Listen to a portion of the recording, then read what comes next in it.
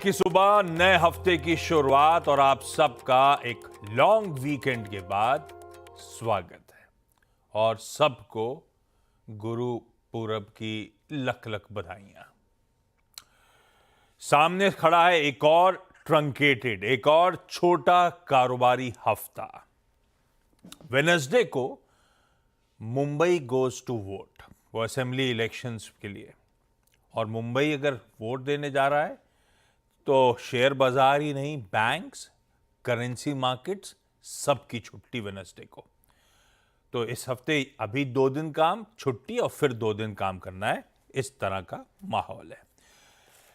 लेकिन दिक्कत में अपना शेयर बाजार पिछला पूरा हफ्ता, इनफैक्ट लगातार 6 कारोबारी सत्रों से भारतीय बाजार दबाव झेलता हुआ। 6 दिन के बार्स आपकी स्क्रीन पे।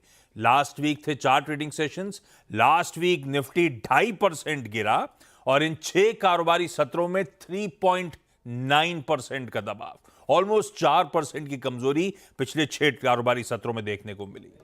और पिछले हफ्ते अपन ने शुरुआत करी थी तब जेफरीज इंडिया की एक इंटरेस्टिंग हेडलाइन जो ग्रैब करने वाली रिपोर्ट थी उसके साथ, कि डाउनग्रेड्स 2020 के बाद सबसे तगड़े देखने को मिले, और उस टाइम पे रिजल्ट सीजन तूल में था, बनता भी था। पर इस हफ्ते की शुरुआत एक और इंटरेस्टिंग रिपोर्ट के साथ जो फिर वीकेंड पे हेडलाइन ग्रैब कर रही थी। दिग्गज फॉरेन ब्रोकिंग हाउस सीएलएसए ने अपना टैक्टिकल एलोकेशन चाइना से इंडिया की तरफ वापस रिवर्स कर दिया है। आसान शब्दों में भारत का एलोकेशन बढ़ा दिया, चाइना का कम कर दिया गया है। क्यों, इस पर आगे बातचीत करूंगा। पर ध्यान रखिएगा, खबर अच्छी है, पर ध्यान रखिएगा सिर्फ चाइना के चलते इस समय सरदर्द नहीं है। ऑफ लेट तो खैर ट्रम्प साहब के लौटने के चलते यूएस मार्केट्स की अट्रैक्टिवनेस, कईयों को वहां पे ज्यादा सेफ्टी नजर आ रही है, सेफ हेवन अपील, वो सब भी रिस्पॉन्सिबल है भारतीय बाजारों के अंडर परफॉर्मेंस के लिए। खैर, कुछ तो अच्छे के साथ इस हफ्ते की शुरुआत हो रही है, इसको ऐसे रेट करिए। पर दिक्कत यह है कि इस जब नए हफ्ते की हम शुरुआत कर रहे हैं तो एक नहीं 2 दिनों के ग्लोबल क्यूज डाइजेस्ट करने हैं। गुरुवार का यूएस का बाजार आपकी स्क्रीन पर है, आधे से 2.5% का दबाव था। उसके बाद शुक्रवार का ट्रेडिंग सेशन भी स्क्रीन पर रख देता हूं। 2.5 से 2.25% यूएस के बेंचमार्क्स फ्राइडे को दबाव के साथ ट्रेड कर रहे थे। तो जब बाकी सब कुछ पटरी पर लौट रहा है तो ग्लोबल हैंडओवर गड़बड़ाता हुआ, वारी किस्मत। खैर, इस हफ्ते 2 चीजें इंपॉर्टेंट हैं, डॉलर इंडेक्स का मूवमेंट और एफआईआईज के आउटफ्लोज पे रखनी है नजर। देखते हैं कैसा रहता है बिहेवियर। तब अब से शुरुआत कर रहा हूं ताकि 2 दिनों के क्यूज समझ में आ जाए। हमने जहां छोड़ा था थर्सडे को 3:30 बजे यूएस के फ्यूचर्स को, और आज सुबह के फ्यूचर्स हल्के हरे निशान पे हैं, तो सब कुछ मिला मिलू के हमें इस तरह की कमजोरी तीनों बेंचमार्क्स पे डाइजेस्ट करनी है। और यही रीजन है गिफ्ट निफ्टी आपको 100 पॉइंट के दबाव के साथ फिर से इस नए हफ्ते की शुरुआत में खुलने के इंडिकेशंस दे रहा है, 0.5% कमजोर। हॉर्मास बगल में बैठे हैं, ये बताएंगे कैसा ग्लोबल मूड है, इन 2 दिनों हुआ क्या, क्यों यूएस के मार्केट ठंडा पड़ते ही चले जा रहा है मामला, और यूरो बताएंगे कैसे निफ्टी बैंक में आज नए हफ्ते की शुरुआत में मंडे के दिन हमें अप्रोच करना है। लाइए क्विकली स्क्रीन पे एशिया रख दीजिए, देखें किस तरह का मूड इस समय एशिया में है। ऐसे ही है, पस्ती मूड है एशिया। हालांकि ये तो बेचारे दोनों दिन कामकाज करें, हमें एक दिन का और सरदर्द झेलना है। यूएस के फ्यूचर्स दिखा देता हूं क्योंकि बाकी सब तो आपको दिखा चुका हूं। यूएस के फ्यूचर्स इस समय फ्लैट से 0.5% उछाल, पर वो अपन ने तबर अपने कैप्चर कर रखा है सुबह के फ्यूचर्स। नेट नेट हमें बहुत कमजोरी डाइजेस्ट करनी है। और माज, गुड मॉर्निंग, क्या चल रहा है, क्यों यूएस में इस तरह का मामला गड़बड़ा रहा है जब बाकी हमारा रिजल्ट सीजन खत्म हो गया था, कोई बोला पैसा वापस इंडिया आएगा, इंडिया तो बहुत अच्छी जगह है, तो ये ग्लोब गड़बड़ा रहा है। गुड मॉर्निंग आशीष। और 2 दिन के क्यूज डाइजेस्ट करने हैं, और एक दिन तो चलिए मुनाफा वसूली आप कह सकते हैं कि जो पोस्ट इलेक्शन रैली हुई थी ट्रम्प की जीत के बाद, उसकी वजह से थोड़ी सी मुनाफा वसूली हुई। लेकिन शुक्रवार को एक बड़ा ट्रिगर आया, क्योंकि गुरुवार को जाने से पहले हमने कहा था कि जेरोम पावेल बयान देने वाले थे एक इवेंट में, और उन्होंने वहाँ जाकर ये कह दिया कि यूएस फेड जो है वो ब्याज दरें घटाने के लिए उतावला नहीं है। तो अब जब कि पिछले कई दिनों से चुनावों की जो सरगर्मी चल रही थी उसमें जेरोम पावेल थोड़े से साइडलाइन हो गए थे, तब उन्होंने कहा कि चलिए मैं थोड़ा वापस हेडलाइंस में आ जाता हूँ। तो उन्होंने कह दिया कि भाई मैं अब ब्याज दरें काटने की जल्दबाजी हमारी नहीं है। तो अब ये जो है 11 नवंबर को जो हाई बनाया था यूएस के बाजारों ने, उसमें से डाउ जोन्स लगभग 1000 पॉइंट गिर चुका है, S&P 500 150, नैस्डैक 700 पॉइंट गिर चुका है उन हाई से। पिछला हफ्ता पूरा नेगेटिव रहा बाजारों के लिए भी, नैस्डैक 3% के वीकली लॉस, S&P 500 के 2% के वीकली लॉस। फ्राइडे का तो यही सबसे बड़ा ट्रिगर था। और इस बयान के बाद, जेरोम पावेल के इस बयान के बाद, जो अगले महीने दिसंबर में जो 25 बेसिस पॉइंट्स के कट की जो प्रोबेबिलिटी थी वो अब 80% से घटकर पहले तो 56% हो गई थी, मगर अब जाकर फिर से 62% हो गई। तो अब वो आसार थोड़े से कम होने लगे। और फेड के जो सारे गवर्नर्स हैं उनकी भी बयानबाजी फिर से शुरू हो गई है। तो उन्होंने ये भी कहा कि बॉस्टन फेड की जो अध्यक्षा है सुजन कॉलिंस, उन्होंने कहा कि है अभी भी दिसंबर के आसार कि ब्याज दरें कटेंगी, मगर वो डेटा डिपेंडेंट है, वो तो स्टैंडर्ड स्टेटमेंट्स हैं उनके। अब शिकागो फेड के जो अध्यक्ष है ऑस्टिन गूल्सबी, उन्होंने कहा कि ब्याज दरें अगले 12-18 महीनों में इस लेवल से कम होंगी, मगर ब्याज दरें हमें घटाने की कोई जल्दबाजी नहीं है, ये उन्होंने भी कहा, जो जेरोम पावेल ने कहा। ये तो रही फेड की बात। अब एक फार्मा सेक्टर यूएस में थोड़ा सा दबाव में आता हुआ दिख रहा है, क्योंकि डोनाल्ड ट्रंप ने रॉबर्ट एफ कैनेडी जो है उनको हेल्थ और ह्यूमन सर्विसेज का सेक्रेटरी बनाने के लिए जो रिकमेंडेशन किया है। तो अगर ऐसा हुआ तो रॉबर्ट कैनेडी जो है वो एक वैक्सीन स्केप्टिक है, जिसे कहते हैं। वो वैक्सीन्स की एफिशिएंसी को लेकर थोड़े से नॉट सो पॉजिटिव है। तो उन्होंने ये उस वजह से जो मॉडर्ना और फाइजर के शेयर है उनमें गिरावट आई, 5 से 7% की गिरावट देखने मिली हमें शुक्रवार को। और बायोटेक ETF जो है वो उसका सबसे खराब हफ्ता था 2020 के बाद से। तो फार्मा सेक्टर वहाँ पे थोड़ा सा दबाव में है। मगर बड़ी डेवलपमेंट चाइना से भी निकल कर आ रही है। CLSA ने अपना एलोकेशन तो शायद रिवर्स कर दिया होगा, मगर डेवलपमेंट्स जो है वहाँ पे थोड़े से पॉजिटिव डेवलपमेंट सुनने मिले। रिटेल सेल्स ग्रोथ जो थी वो अनुमान से अच्छी थी और फरवरी के बाद से सबसे अच्छी थी, सबसे स्ट्रॉन्गेस्ट थी। इंडस्ट्रियल आउटपुट अनुमान से कमज़ोर था, मगर 5% के नंबर से ऊपर था। तो वो एक पॉजिटिव निकल कर आ रहा है, क्योंकि 5% का उनका जो लक्ष्य है वो उन्हें बरकरार रखना है चीन को। तो उसके लिए उस लिहाज से इंडस्ट्रियल आउटपुट पॉजिटिव था। बेरोजगारी के जो रेट्स थे वो 5.1 से 5% आए हैं, वो एक पॉजिटिव था। लेकिन मेटल शेयरों को लेकर एक बड़ी डेवलपमेंट आई है, उससे हमारे भी मेटल शेयर आज फोकस में रहेंगे कि चाइना ने जो एक्सपोर्ट टैक्स पे जो रिबेट मिलता था वो उन्होंने रद्द कर दिया है। एक्सपोर्ट टैक्स पे जो वो एल्यूमिनियम एक्सपोर्ट करते थे या कॉपर एक्सपोर्ट करते थे उस पे उन्हें रियायत मिलती थी। चाइनीज जो करते थे वो 13% तक की रियायत मिलती थी, तो वो उन्होंने रद्द कर दी है। तो उस वजह से अब जो है एल्यूमिनियम प्राइसेस को सहारा मिल सकता है। एलएमई में शुक्रवार को 5.5% का उछाल देखने मिला था हमें एल्यूमिनियम की कीमतों में, तो वो एक पॉजिटिव वहाँ से निकल कर आ रहा है। तो मेटल शेयर हमारे भी फोकस में रहेंगे। और अब जो है बाय एवरीथिंग, एक डेविड टेपर नाम के जो निवेशक है उन्होंने सितंबर में कहा था कि बाय एवरीथिंग इन चाइना, वो उन्होंने अब थोड़ा सा डगमगाता हुआ नजर आ रहा है, क्योंकि उन्होंने भी अलीबाबा में और चाइना लार्ज कैप ETF में अपना जो एक्सपोजर है वो कम कर दिया है। बल्कि उनकी जो होल्डिंग्स बड़ी हो, मगर जो की होल्डिंग्स है वो थोड़े से कम हुए हैं। और माइकल बरी भी एक और निवेशक है, उन्होंने भी जो डाउनसाइड को प्रोटेक्ट करते हुए जो ऑप्शंस है वो बढ़ाए हैं अपनी होल्डिंग्स में। तो इस हफ्ते क्या ट्रिगर्स है? इस हफ्ते कोई बड़े ट्रिगर्स तो नहीं है, मगर जो सारे US के कंजम्पशन ओरिएंटेड स्टॉक्स है उनके नतीजे आने हैं। वॉलमार्ट के, लो के, एनमीडिया के नतीजे आने हैं इस हफ्ते, तो सबसे ज़्यादा नज़र उस पर है। और जो सारे बाकी के नतीजे हैं, जॉबलेस क्लेम्स वगैरह तो आने ही है। सो कोई ज़्यादा बड़े ट्रिगर्स नहीं है इस हफ्ते, मगर आई ग्लोब पर ही रहेगी। हैंडओवर वीक है, तो वो थोड़ा सा ध्यान में रखने की ज़रूरत है। ये लीजिए, बिल्कुल हुरमास के कपड़े, लाल है लेकिन छुपाने की कोशिश है, काली जैकेट है, मामला गड़बड़ाया हुआ, लेकिन कुछ पॉजिटिव्स हैं। देखते हैं अब इस हफ्ते कैसे बिहेव करेंगे हम लोग। फ्राइडे नहीं, थर्सडे का ट्रेडिंग सेशन आपकी स्क्रीन पे रख देता हूँ। शुरुआत में अच्छा मोमेंटम पिकअप कर रहा था, लेकिन हायर लेवल्स पे फिर से एक तगड़ा रेजिस्टेंस भारतीय बाजारों ने फेस किया।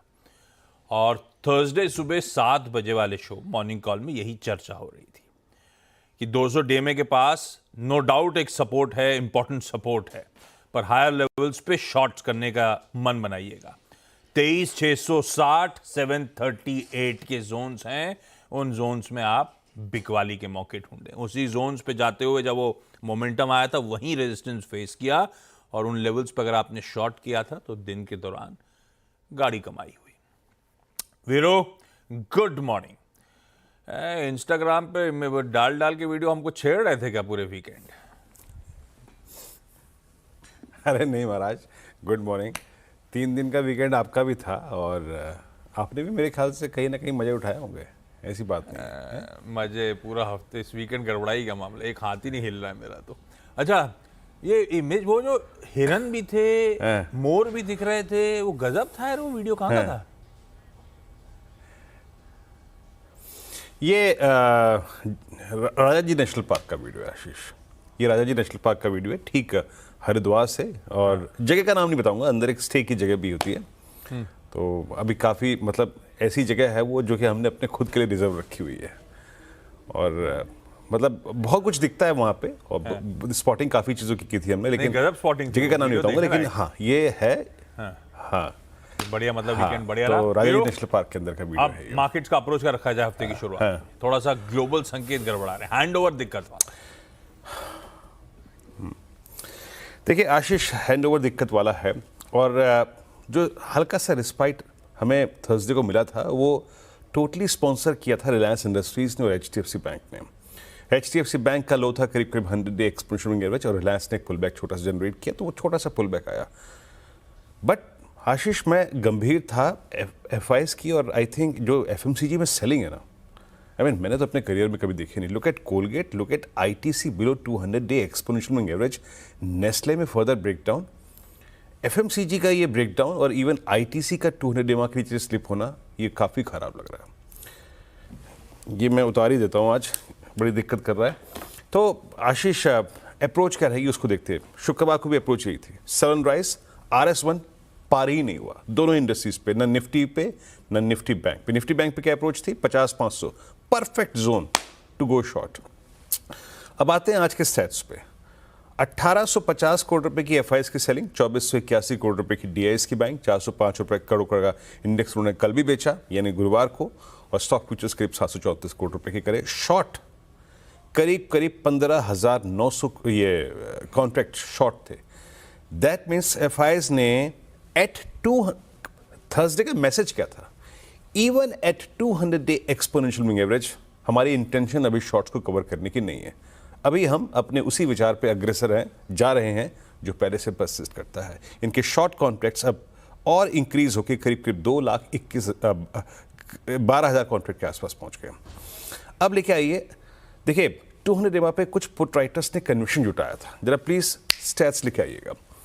24,500 पे गुरुवार की एक्सपायरी के दिन नए वीकली कॉन्ट्रैक्ट में कुछ पुट राइटर्स विजिबल थे। यहाँ पे आउटस्टैंडिंग वाई करीब अच्छा खासा चला गया था, इवन कॉल राइटर से ज़्यादा था, और 25,500 की कॉल में करीब 50 लाख का आउटस्टैंडिंग वाई भी खड़ा है। यहाँ भी करीब 30 लाख की कॉल राइटिंग हुई थी। मेरे ख्याल से आपको ज़्यादा अच्छा सेंस मिलेगा पिरामिड्स को देखने के बाद। Look at pyramids, first weekly मतलब जो फ्रेश वीकली कॉन्ट्रैक्ट है, 24,500 पे 400 पे पुट बिकी हुई थी, इवन 24,600 पे पुट बिकी हुई थी, और कॉल राइटर्स का जोन शुरू हो रहा था 24,600 से, 23,600 से, माफ कीजिएगा।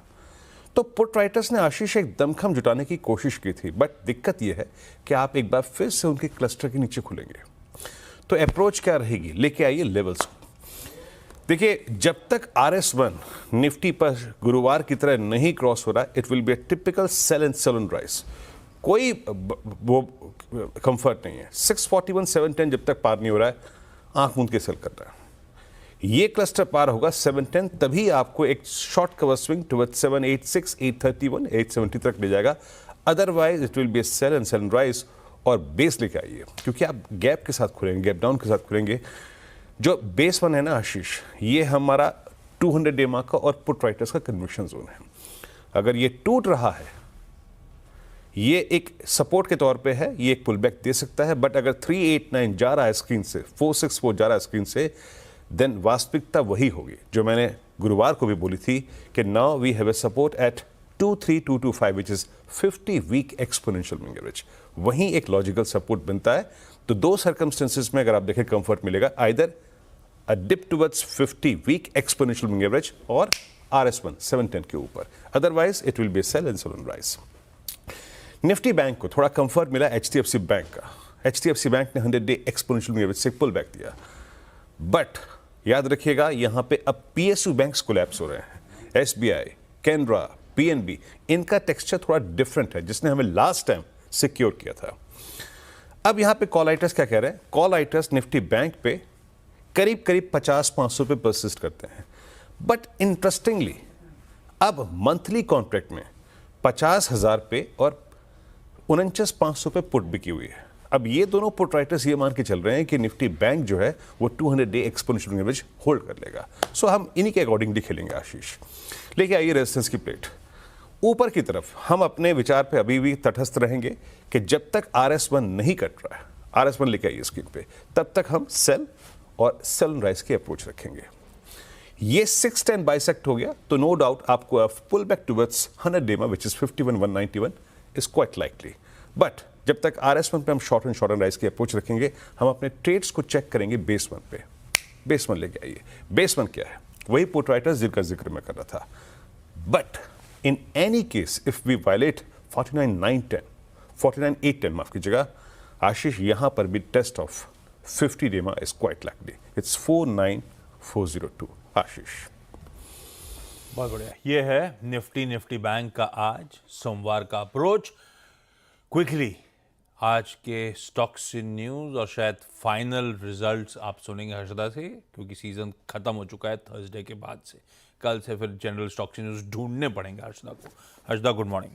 Good morning Ashish. तो पहले नंबर्स में हीरो मोटो कॉर्प उम्मीद से बेहतर प्रदर्शन है। 14% प्रॉफिटेबिलिटी बढ़ के आई है 1200 करोड़ के ऊपर। रेवेन्यू 11% बढ़ा है 10,463 करोड़ का। एबिटा 14% बढ़ा है और मार्जिन्स जो 14.5% पर आए हैं। जो कंपनी ने वो 14 से 16% तक की मार्जिन गाइडेंस मेंटेन करने की बात की है। मैं इनफैक्ट ये देख रही थी कि कंपनी की कमेंट्री क्या है। स्पेशली आपको याद होगा वो बजाज ऑटो की कमेंट्री को लेकर किस तरह से शॉक में मार्केट आया था। तो कंपनी की कमेंट्री फिलहाल तो अच्छी है। कंपनी कहती है कि फेस्टिव सीजन में इन्होंने हाईएस्ट एवर सेल्स की है। करीब 16 लाख यूनिट्स इन्होंने बेची और ये बेसिकली आई है इतनी बड़ी सेल्स क्योंकि रूरल जो डिमांड है इनके लिए बहुत ही मजबूत है। तो वो कमेंट्री बहुत ही पॉजिटिव है हीरो मोटोकॉर्प की तरफ से। दूसरी तरफ से उन्होंने कहा है कि 6 गाड़ियां दरअसल अगले 6 महीनों में 3 बाइक्स 3 नई मॉडल्स लॉन्च करते हुए दिखाई देंगे।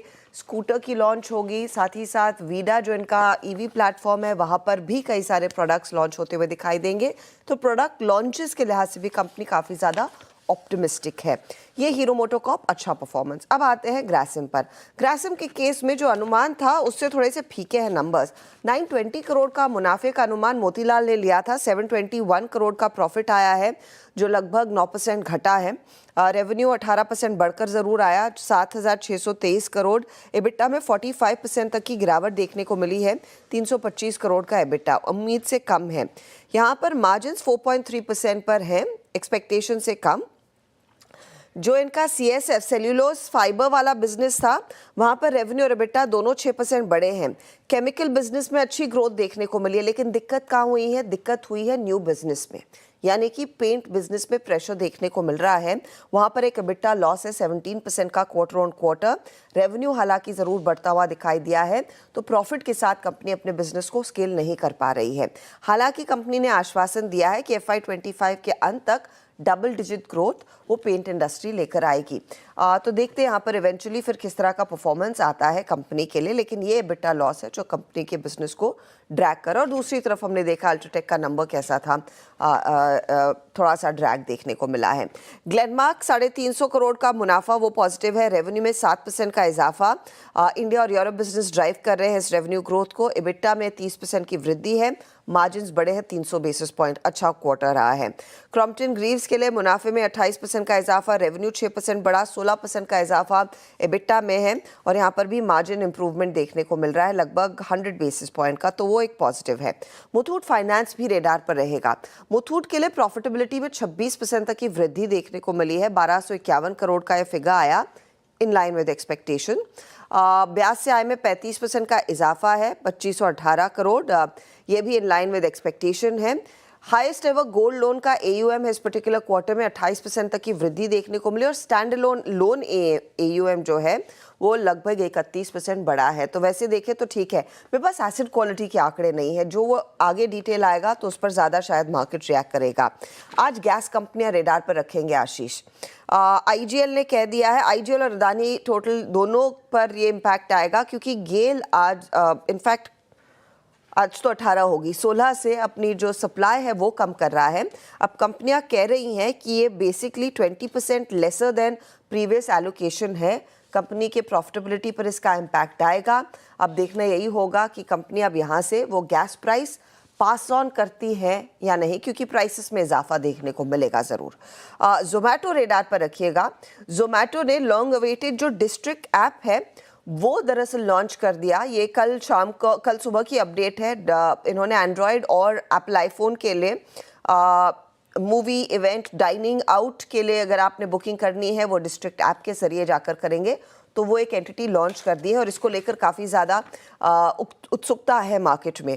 अब कंपनी ने ये भी कहा है कि देखिए 10,000 करोड़ का ग्रॉस ऑर्डर वैल्यू FY26 में इस पर्टिकुलर बिजनेस से अचीव कर लेंगे। डिस्ट्रिक्ट ऐप में जो पेटीएम का टिकटिंग बिजनेस है वो भी जोड़ा जाएगा, तो वो आपको जहन में रखना है। होनासा के खराब नंबर्स हैं तो वहाँ पर एक झटका लग सकता है। हालांकि स्टॉक एक अंडर परफॉर्मर रहा है पिछले 1-1.5 महीने से। इनफैक्ट उससे ज़्यादा का अगर आप चार्ट देखेंगे तो स्टॉक ने अंडर परफॉर्म किया है। ब्रेन बीज यानी कि फर्स्ट क्राई, इसका परफॉर्मेंस अच्छा रहा है। चलिए स्टॉक रडार पे कोई छोटा सा ब्रेक के उस पार आज का इवेंट्स कैलेंडर और commodity strategy.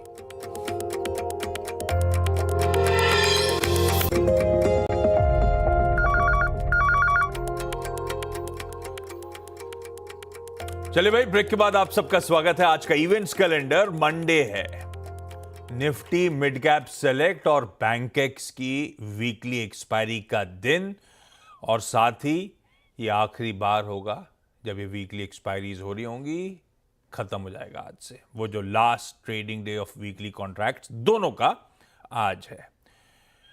Emami, x dividend, Manappuram और सुंदरम फास्टनर्स, जो इंपॉर्टेंट एक्स डिविडेंड्स हैं वही स्क्रीन पे रख रहा हूं आपके।